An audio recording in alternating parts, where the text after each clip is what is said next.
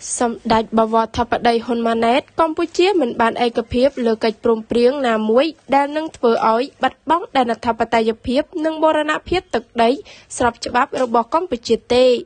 Some that Tapaday, Honmanet, Nejo Rotmantray, Bandak Lang, Tabandai Sungkum, Natati da Prambun, Catolani, Dump by Chloitanung, Ka Atati by, Muchum Noon, Tabandai Sungkum. That ban look long. ថាកិច្ចព្រមព្រៀងបတ်ជប់បាញ់ថ្ងៃទី28កក្កដា2025កន្លងទៅ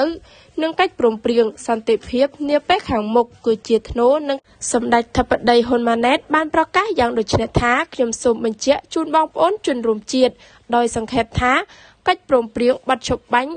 28កក្កដា2025គឺនិយាយអំពីលក្ខខណ្ឌនិងក្របប្រតិបត្តិការនានាដើម្បីបញ្ជាកុំឲ្យមានការបាញ់គ្នាឡើងវិញកិច្ចព្រមព្រៀងសន្តិភាពដែលក្រុងធ្វើនៅពេលខាងមុខគឺនិយាយអំពីការរៀបចំលក្ខខណ្ឌនិងក្រមប្រតិបត្តិការនានាសម្រាប់បង្កើតនិងធានានៅបរិយាកាសអំណោយផលដើម្បីឈានទៅការបញ្ចប់ជម្លោះនិងស្ដារឡើងវិញនៅទំនាក់ទំនងរវាងប្រទេសនិងប្រទេសទោះជាក្នុងកិច្ចព្រមព្រៀងទាំងពីរនេះមិនមាននិយាយអំពីបញ្ហាពាក់ព័ន្ធនឹងទឹកដីឬព្រំដែនក៏មិនមែនបានន័យថាភាគីណាមួយត្រូវ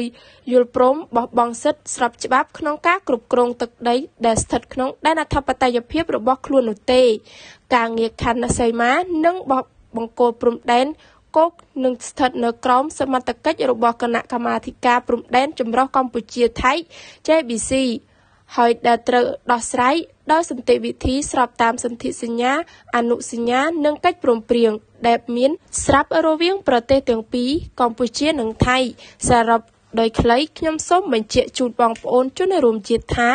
1កម្ពុជាមិនបានឯកភាពលើកិច្ចព្រមព្រៀងណាមួយដោយរាប់ទាំងកិច្ចព្រមព្រៀងបတ်ឈប់បាញ់ថ្ងៃទី28កក្កដា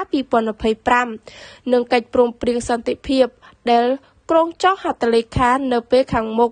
ដែលនឹងធ្វើឲ្យបាត់បង់ដែនអធិបតេយ្យភាពនិងបូរណភាពទឹកដីស្របច្បាប់របស់កម្ពុជា2រាជរដ្ឋាភិបាលកម្ពុជាក៏មិនដែលបានផ្លិចឬបោះបង់កាតព្វកិច្ចនិងសិទ្ធិស្របច្បាប់របស់ខ្លួនក្នុងការការពារដែនអធិបតេយ្យភាព